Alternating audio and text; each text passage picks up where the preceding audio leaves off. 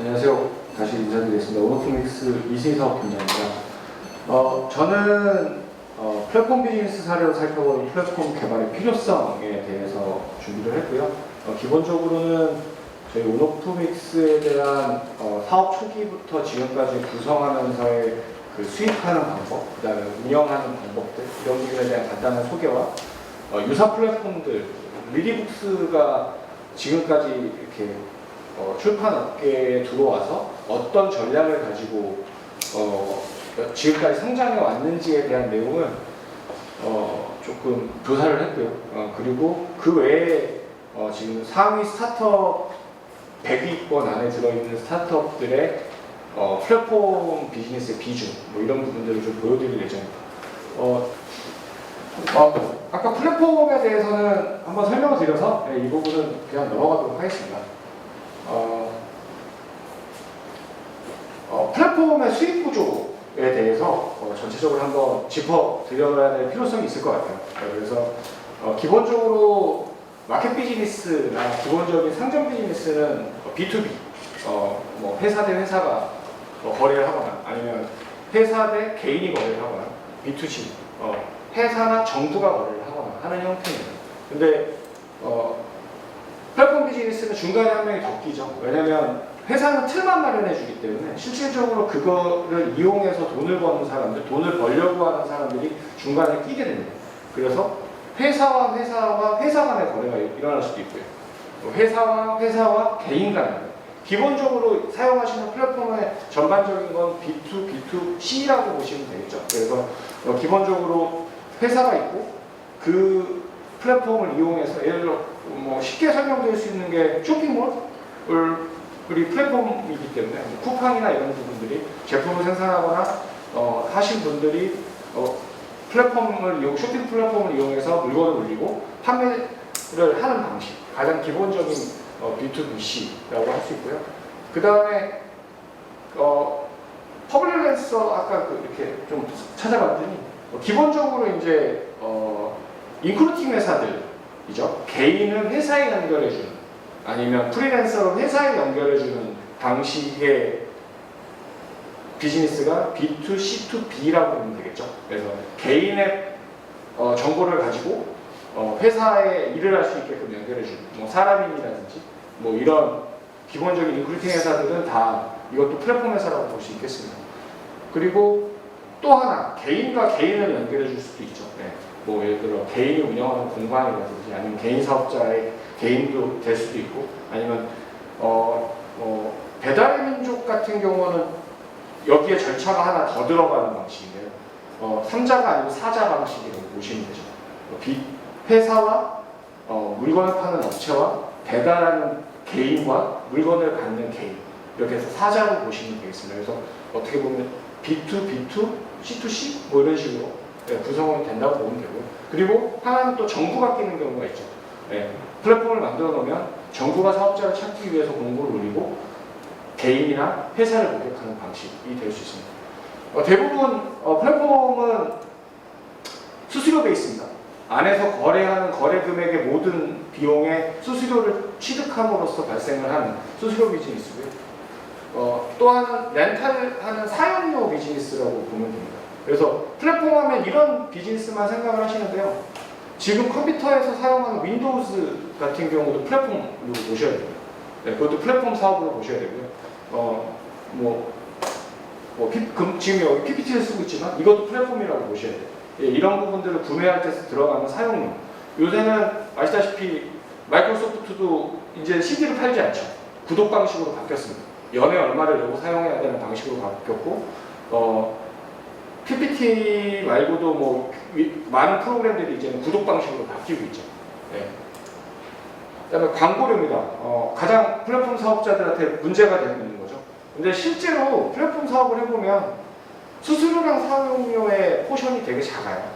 대부분 광고료로 먹고 사는 플랫폼 비즈니스 업자들이 많습니다. 대부분 광고 포션이 90이라고 보시면 될 거예요. 그래서 그 광고료를 바탕으로 어쨌든 플랫폼을 운영하는 것도 사기업이기 때문에 영리의 목적을 대부분 광고료에서 취득을 합니다.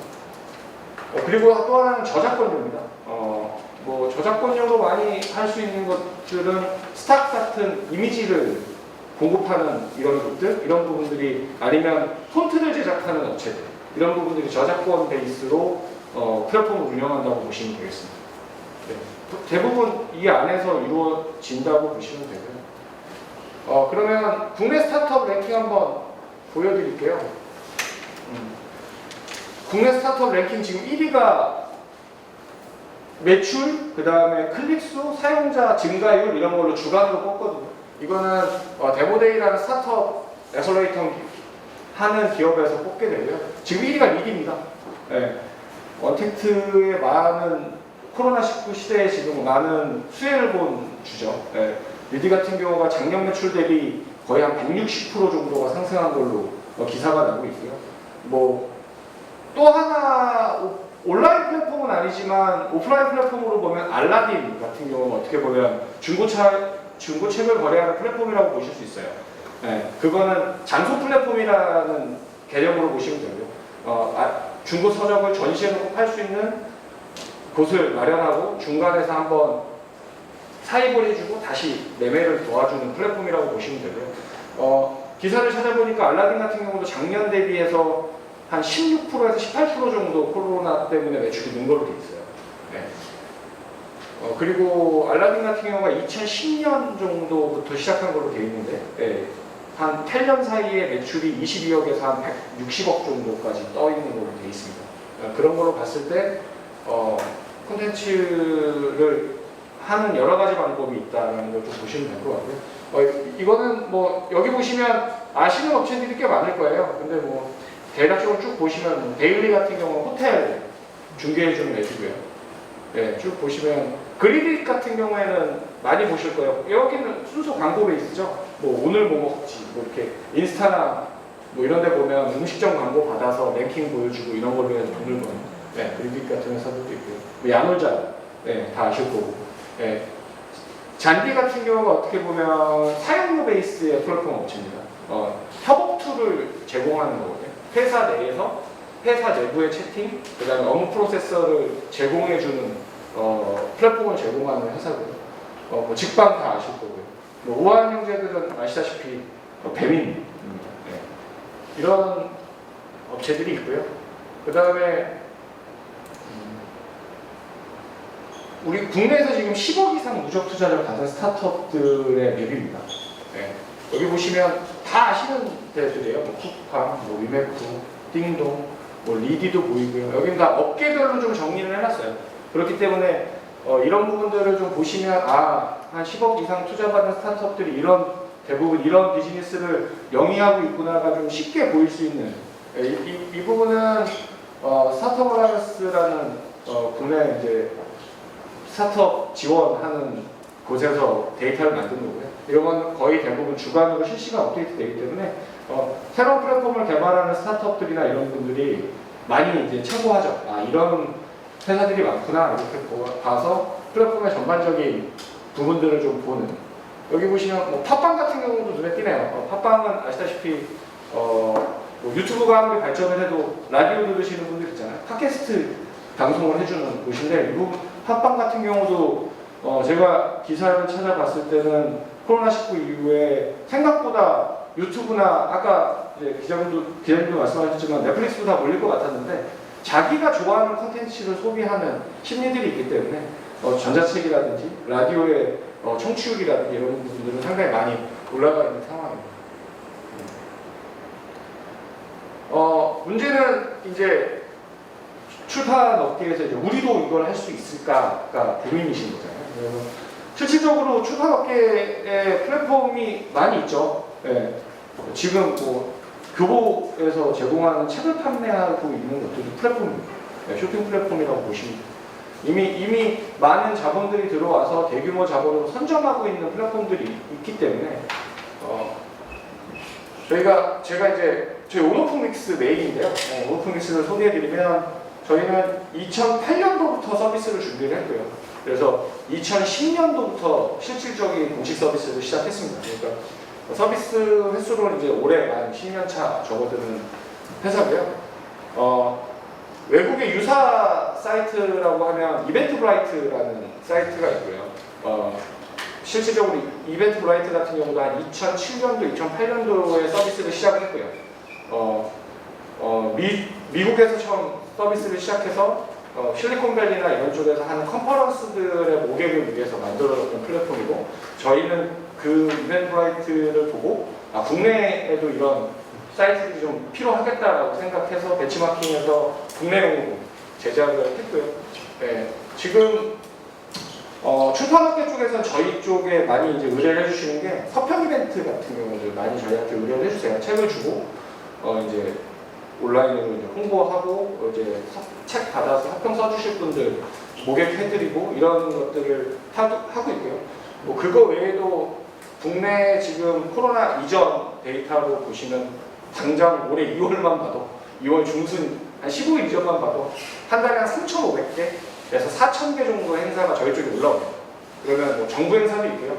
개인 행사, 기업 행사, 시스템만 사용하시는 분들도 있고 이렇게 메인의 광고를 사용하셔서 불출정 다수를 모객하시는 분들도 있는 그런 사이트고요. 저희 같은 경우에는 모임 개설자들이 되게 불평한 구조의 국내 비즈니스가 돼 있었어요. 그래서 행사를 저희 대부분은 이제 행사를 이렇게 한다고 하면 행사 대행사가 대부분 끼는 구조예요, 국내는. 그래서 정부 행사를 하면 행사 대행사가 수주를 해서 홈페이지도 제작하고 모객도 하고 홍보도 하고 현장 운영까지 다 하게끔 돼 있는데 홈페이지 제작 비용이 국내가 조금 말도 안 되게 비싼 구조로 돼 있어요.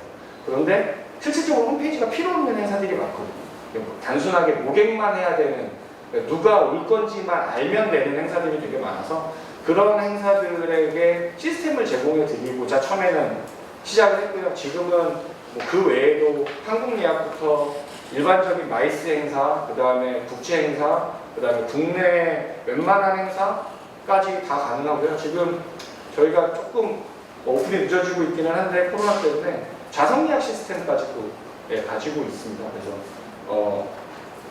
뭐 실제 극장이나 이런 부분들에 대한 소극장이나 이런 데의 좌석예약 시스템까지도 공급을 할 수 있는 형태로 되어 있고요. 그래서 이런 부분들에 대한 좀 니즈를 충족시켜 드리고자 서비스를 계속 발전시켜 왔고요.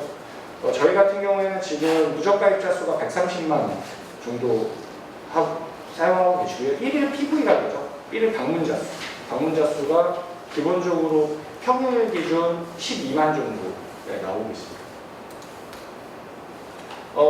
가장 이제 플랫폼 사업을 할 때 타겟팅되는 시장을 좀 확인을 하셔야 돼요. 그래서 저희도 이 시장에 진입했을 때 우리가 얼마를 벌 수 있을까가 되게 중요했거든요. 그래서 저희가 이걸 처음 진입할 때만 해도 이런 플랫폼이 없었기 때문에 국내에 그 당시에 딱 진입할 수 있는 시장의 규모가 2조 원이었어요. 근데 제가 기사를 찾아보니까 도서출판 업계의 시장 규모, 책 유통 규모가 작년 기준으로 4조 원 정도로 추산하시더라고요. 그러면 실질적으로 플랫폼에 들어갔을 때 그 유통 구조 안에서 포션을 가져갈 수 있는 게 4조 원이라고 보시면 되고, 저희 같은 경우에는 한 2조 원 정도의 규모의 시장에 저희는 이제 진출을 한 거죠. 네, 뭐 저희 기본적으로 하고 있는 게 이제 공연 예술 시장이라든지 회의, 뭐 포상관광, 컨벤션 행사, 그 다음에 산업 전시 행사, 그 다음에 기본적으로 중앙정부에서 하는 여러 가지 지원 사업, 정부 행사들 이런 부분들을 다 소화를 하고 있습니다. 저희는 PC 버전에서는 뭐 결제 서비스라든지 참가자 정보 관리, 지도 서비스, 뭐 여러 가지 이런 개설에 필요한 정보를 모을 수 있는 시스템을 제공하고 있고요. 참여 특화 같은 경우에 모바일 어플리케이션 같은 경우에는 간편하게 몇 번 클릭으로도 자기가 원하는 행사를 신청할 수 있는 시스템들을 제공하고 있습니다. 말씀드렸듯이 뭐 월 모임 개설수, 전체 회원수 이런 부분은 6월 기준으로 뽑아봤고요. 6월 기준일 때 한 저희가 한 1000개 정도 지금 5%만 지금 전자책이 들어가 있다는 상황이라고 하면 국내 시장은 상당히 보수적인 상황인 거죠. 왜냐하면 전자책이 우리나라가 다른 편입니다. 제가 조사를 좀 해봤더니 영미나 이런 쪽에 비해서 플랫폼이 늦지 않았더라고요. 거의 그래서 그런 부분들이 있을 수 있어야 되고요. 그 다음에 책을 출간하는 거에 끝내지 않고 전자책을 서비스하는 거에 끝내지 않고 많은 투자금을 유치하죠. 지금까지 리디북스의 누적 투자금이 제가 알기로는 한 80억 조금 넘는 걸로 알고 있는데요. 그 자본을 가지고 매출도 나오고 있기 때문에 많은 그 관련 스타트업을 인수합니다. 그 중에 하나가 이제 뭐 체크틀 접다나 아웃스탠딩 같은 경우는 체크틀 접다 같은 경우에는 책을 홍보해주는 마케팅 회사라고 보시면 되고요. 그 회사를 인수하게 되고요. 아웃스탠딩은 구독제 기사를 볼 수 있는, 그러니까 전문 기자들이 일반 기사를 쓰는 게 아니고 구독한 사람들만 그 기사를 볼 수 있는 좀 특수한 범위의 기사를 볼 수 있는 어떻게 보면 언론사는 아니지만 뭐 그런 위주의 프리랜서 기자분들이 활동하는 그리고 자기 기사를 내고 구독한 사람들을 통해서 돈을 받는 형태의 아웃스탠딩이라는 회사를 해서 조금 더 전문적인 책의 리뷰를 실게 되죠. 네, 그러면서 매출이 늘어나고요. 라프텔은 애니메이션 관련된 회사입니다. 그래서 애니메이션을 서비스하고 VOD 서비스를 하는 회사를 인수하게 되고요. 네. 그렇게 해서 2020년 상반기에 작년 대비 38% 매출이 작년 대비만 했을 때에서 지금 한 714억 정도의 전반기 매출을 기록을 했고요. 네. 지금 리디북스는 하지만 주 타겟을 언제나 포커싱하고 있습니다. 25세에서 45세 연령층의 지지를 기반으로 구독 및 개인 큐레이션 서비스를 계속 강화하고 있어요. 아까도 제가 일부에서 말씀드렸듯이 구독하는 시대로 좀 변하고 있습니다. 그래서 구독이라는 건 자기의 어떻게 보면 취미 활동이나 자기 여가 활동을 보내기 위해 특정 시간을 그 플랫폼에 사용하겠다라는 계약이거든요. 네. 그러다 보면 저도 넷플릭스 구독이 돼 있는데 저보다는 제 딸이 더 많이 봐요. 네. 그리고 뭐 음악도 듣는 뭐 멜론이나 이런 것도 가입이 돼 있지만 저보다는 제 와이프가 더 많이 듣고 그렇게 돼 있죠.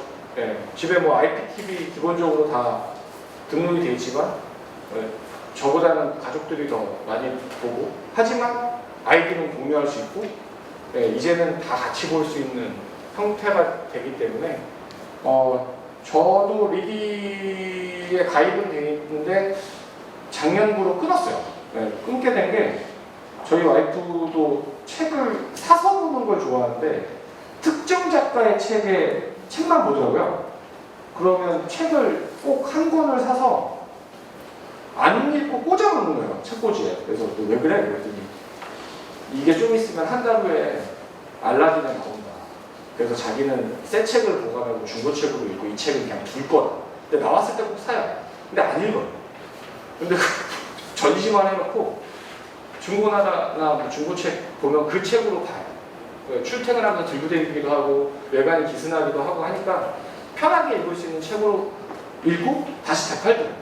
그리고 새 책은 언제나 보관해요. 그래서 야 집도 좁은데 제가 이거 뭐 하는 짓이냐고 맨날 얘기를 하는데 요새는 그런 시대가 된 거죠. 콜렉터들이 활동하는 시대가 된 거예요. 그래서 사업성의 여러 가지 방식이 있다고 아까 말씀드렸지만 국내에서는 어떻게 보면 아까도 1부 때 말씀드렸듯이 킥스타터 같은 회사가 국내에도 있죠. 와디즈라는 회사가 있습니다.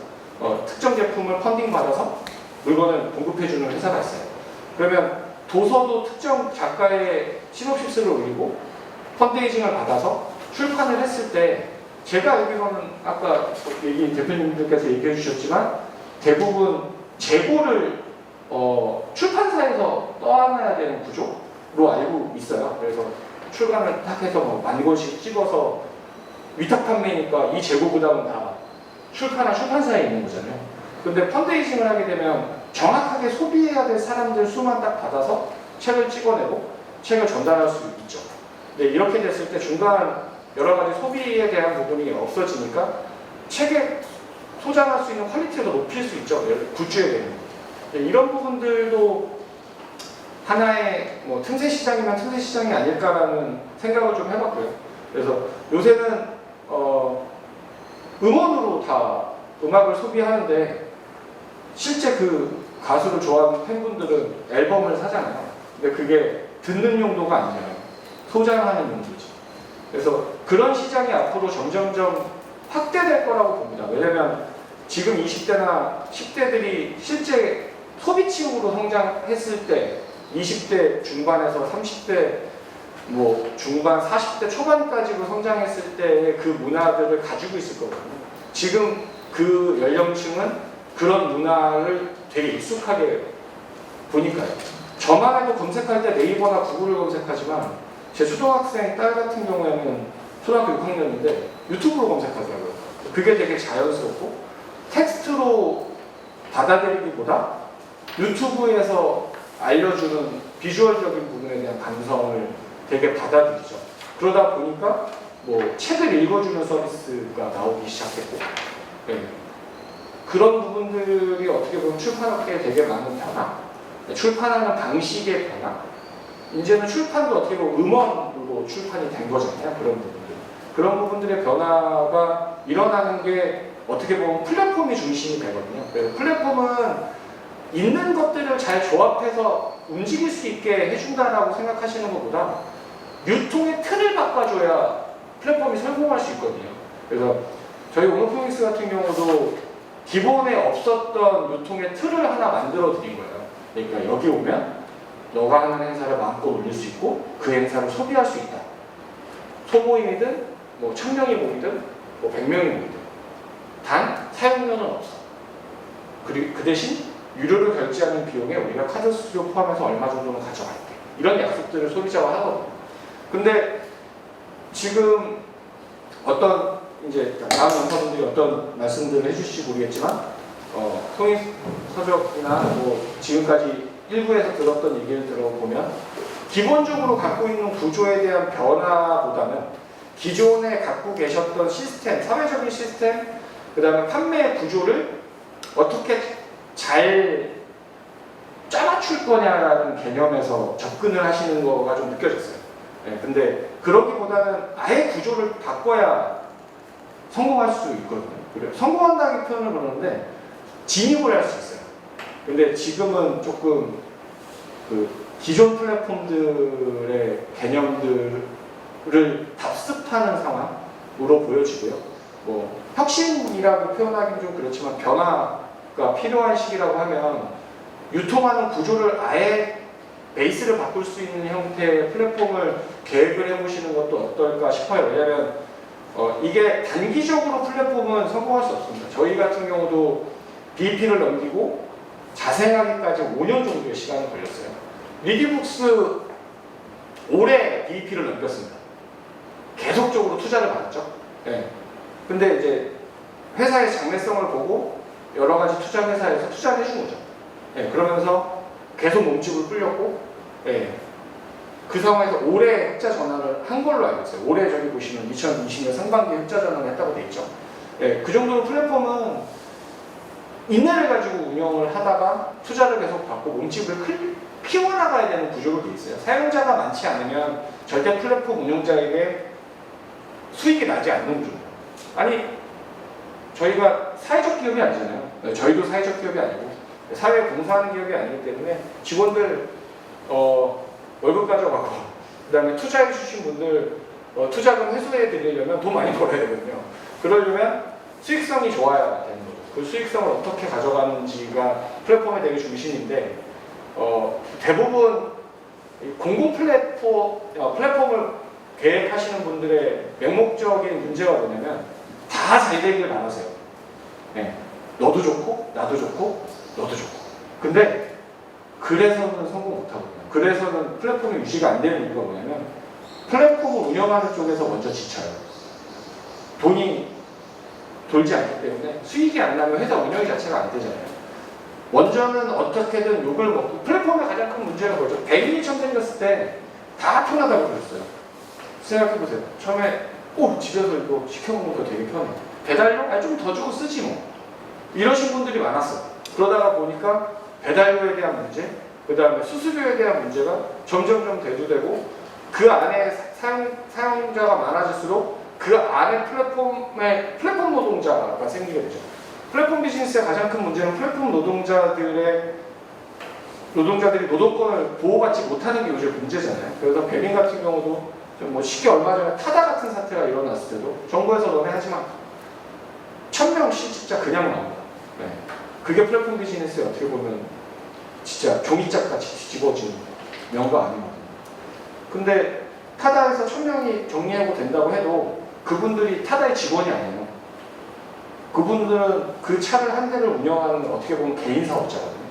지금 배민에서 배민 라이더 분들도 어떻게 보면 하나의 사업자잖아요. 네, 한 분 한 분이 사업자다 보니 그런 문제들이 계속 생깁니다. 네. 플랫폼, 출판업계 플랫폼이라고 하면 플랫폼 사업자가 있고 출판사가 있을 수도 있고 개인 작가가 있을 수 있죠. 이분들이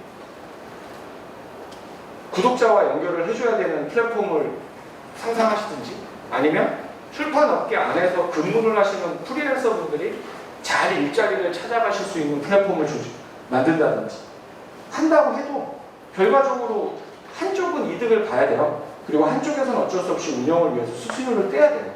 근데 그 수수료의 적정성을 얼마큼 가져가느냐 이 문제죠. 네. 그 수수료의 적정성이 무너지면 배민 같은 사태가 나느냐라고 봤을 때 배민이 뭐 제가 공식적인 자리지만 이런 말씀 좀 드려도 그렇지만 비싼 편은 아닙니다. 수수료 5.8%거든요. 네. 5.8%인데 비싸진 않아요. 하지만 문제는 양쪽에 다 떼고 있다는 게 문제죠. 판매자한테도 떼고 라이더한테도 떼고 이게 문제가 되는 거지.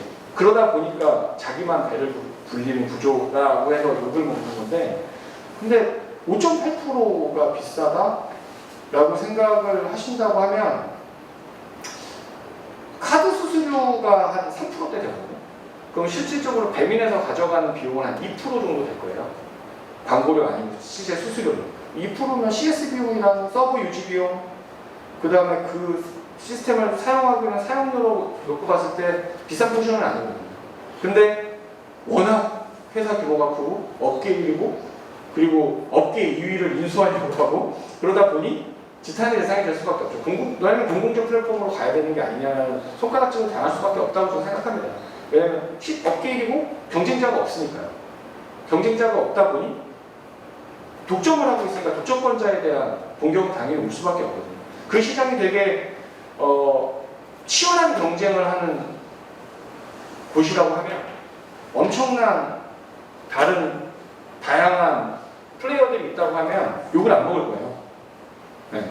한 4-5개가 그런 식으로 경쟁하고 비슷한 수수료를 갖고 간다고 하면 절대 욕을 안 먹을 거거든요. 근데 이거를 출판업계에 비교를 한다고 하면 제가 알기로는 한 2개 정도가 독점하고 있는 걸로 알고 있어요. 전 출판업계 잘 모르지만 큰 도매 업체 2개 정도가 이 출판업계 시장을 독점하는 걸로 알고 있는데 그들이 독점이 문제일까요? 아니면 그 독점을 깨지 못하는 게 문제일까요?